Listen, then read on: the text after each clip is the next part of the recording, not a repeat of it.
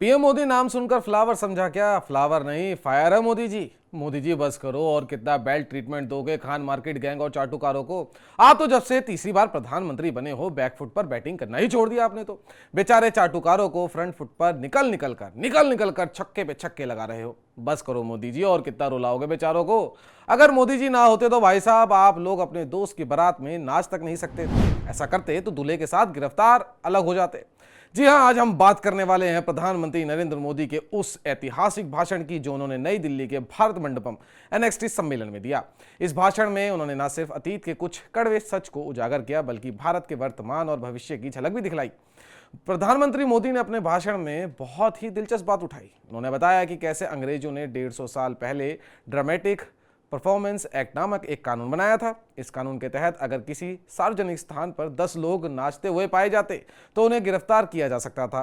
हैरानी की बात यह है कि यह कानून आज़ादी के बाद भी 75 साल तक लागू रहा। यानी शादी की बारात में अगर 10 लोग डांस करते तो दूल्हे समेत सभी को गिरफ्तार किया जा सकता था। पीएम मोदी ने इस पर भी सवाल उठाया कि आखिर लुटियन जमात और खान मार्केट गैंग जैसे लोग 75 साल तक इस कानून पर चुप क्यों रहे।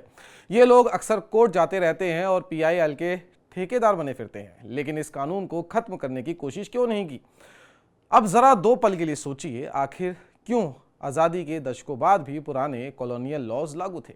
ऐसे कानूनों को खत्म करने की सच्ची आज़ादी किसी ने क्यों नहीं दिखाई? जो लोग आज़ादी के लिए लड़ने का दावा करते हैं उन्हें अपनी चुप्पी पर विचार करना चाहिए। अरे मोदी जी, चाटुकार और क्या करेगा? वैसा ही करेगा ना जैसा उसका मालिक करता था हमें कंट्रोल करने के लिए।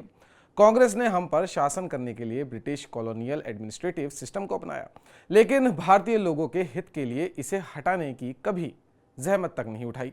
ऐसे पुराने कानूनों पर उनकी चुप्पी से पता चलता है कि ये लोग उधार लिए गए ढांचे पर ही निर्भर थे।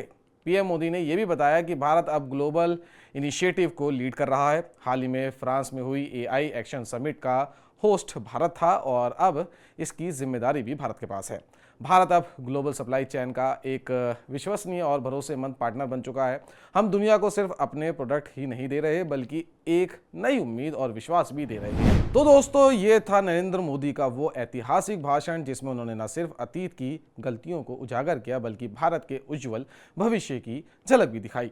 अगर आपको ये वीडियो पसंद आया हो तो इसे लाइक करें, शेयर करें और हमारे चैनल को सब्सक्राइब करना ना भूलें। हम आपके लिए ऐसे ही रोचक और ज्ञानवर्धक वीडियोस लाते रहेंगे।